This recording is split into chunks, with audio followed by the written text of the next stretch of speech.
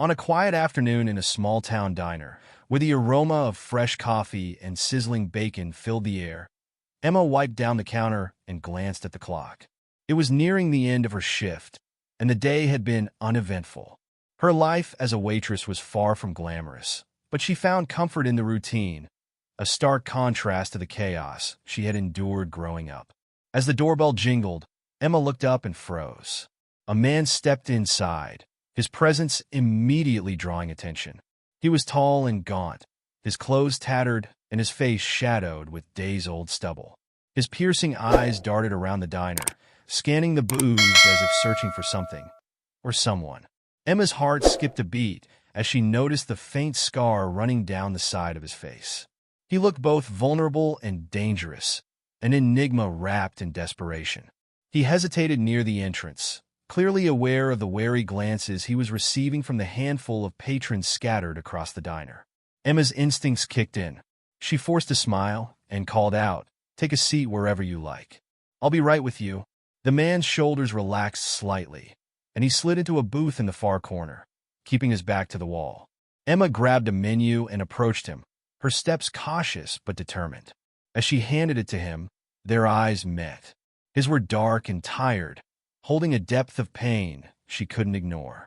"What can I get you?" she asked, her voice gentle. He glanced at the menu, but didn't open it. "Just coffee," he murmured, his voice low and rough. Emma nodded and walked back to the counter, where her coworker, Sarah, was watching with a frown. "You sure about serving him?" "He looks off," Sarah whispered. Emma shrugged. "He's just another customer. Everyone deserves a little kindness." When she returned with the coffee, she noticed the man was staring out the window, his jaw clenched. She placed the cup in front of him and said, "Let me know if you need anything else."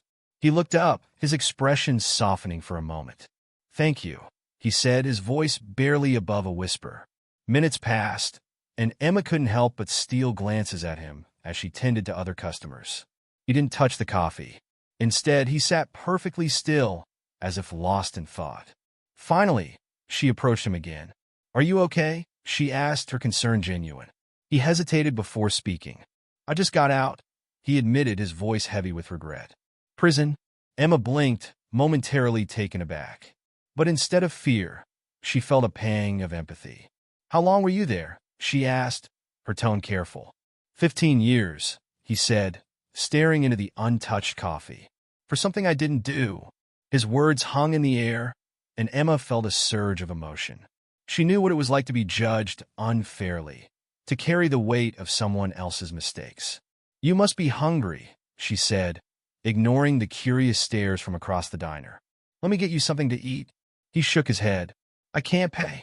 "It's on the house," Emma insisted. "Stay right here." She returned moments later with a plate of scrambled eggs, toast, and bacon. The man stared at the food as if it were a mirage. "Why are you doing this?" he asked, his voice tinged with suspicion. Emma smiled faintly. "Because you look like you need it." He hesitated before picking up a fork, his hands trembling slightly.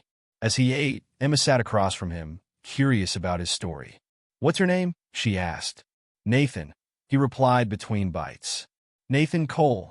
Emma introduced herself, and over the next hour, Nathan shared fragments of his life. He spoke of a troubled childhood, a wrongful conviction, and the years he had spent fighting to prove his innocence. Despite his hardships, there was a quiet resilience in his voice that impressed Emma. As the afternoon wore on, the diner began to empty. Sarah gave Emma a pointed look before leaving, muttering, "Good luck with your charity case." Emma ignored her and turned back to Nathan. "Do you have anywhere to go?" she asked. He shook his head. "No family, no friends. Just me and the clothes on my back." Her heart ached for him. She knew she couldn't solve all his problems, but she could at least help him get back on his feet. "Wait here," she said, grabbing her coat and keys. Emma drove to a nearby thrift store and picked out some clean clothes, a jacket, and a pair of sturdy boots. When she returned, Nathan's expression shifted from disbelief to gratitude. "I don't know how to thank you," he said, his voice thick with emotion. "Just promise me you'll take care of yourself," Emma replied. Over the next few days, Nathan became a regular at the diner. Emma helped him connect with a local shelter and a nonprofit organization that assisted ex-convicts with finding jobs. Slowly but surely, Nathan began to rebuild his life. One evening, as the sun set over the small town, Nathan walked into the diner wearing the clothes Emma had bought him. He looked like a new man, clean-shaven, his posture confident. In his hand, he held a small envelope. "Emma," he said, approaching the counter, "I found a job. It's not much, but it's a start, and I wanted to give you this." He handed her the envelope, which contained a handwritten note and a small stack of bills. The note read, "Thank you for seeing me as a person, not a mistake. Your kindness gave me hope when I had none. I'll never forget what you did for me."